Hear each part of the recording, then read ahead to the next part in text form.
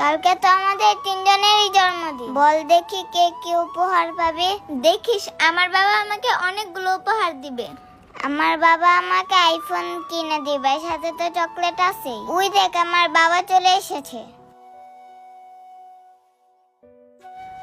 এই তো মামুনি, আমি চলে আসছি। Happy birthday to you. Many many happy returns of the day আম্মু।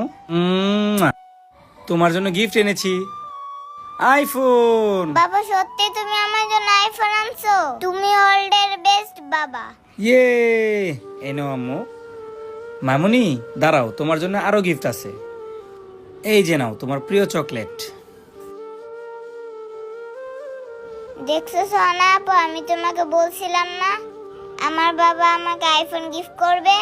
আর দেখো সাথে কতগুলো চকলেটও গিফট করছে।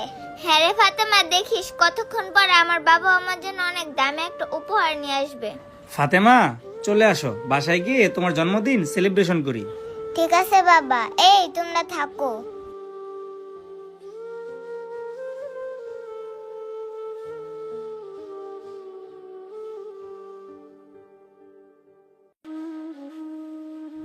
আরে বাবা এখন আসতেছে না কেন?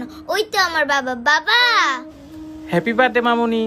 থ্যাংক ইউ বাবা। বাবা তুমি আমার জন্য গিফট নিয়ে আসছো?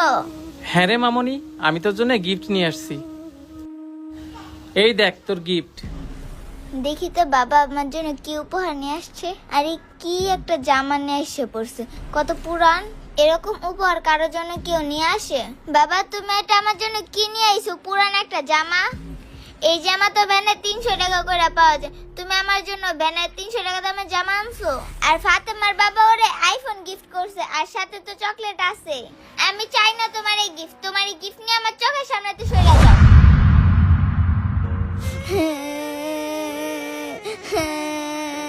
আহারে, কাছে টাকা নেই বলে মেয়েটাকে জন্মদিনে একটা ভালো গিফট দিতে পারলাম না। কি রে সোনা, তুই তোর বাবাকে এইভাবে অপমান করলি? অপমান করবো না তো কি করবো? আমার জন্য সস্তা একটা গিফট নিয়ে আসছে, আমার জন্মদিনটাই নষ্ট করে দিছে। এমন বাবা থাকার চেয়ে না থাকাই ভালো। সোনা, তুই তোর বাবাকে এইভাবে অপমান করলি? আমার তো বাবাই না যে আমাকে একটা গিফট দেবে, আমাকে এসে বলবে হ্যাপি বার্থডে টু ইউ।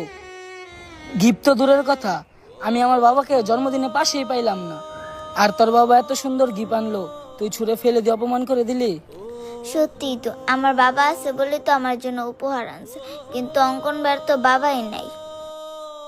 এই পৃথিবীতে বাবা হলো সর্বশ্রেষ্ঠ গিফট। এই পৃথিবীতে যার বাবা আছে তার কোনো গিফটের প্রয়োজন হয় না। হ্যাঁ অঙ্কন ভাই, তুমি ঠিকই বলছো।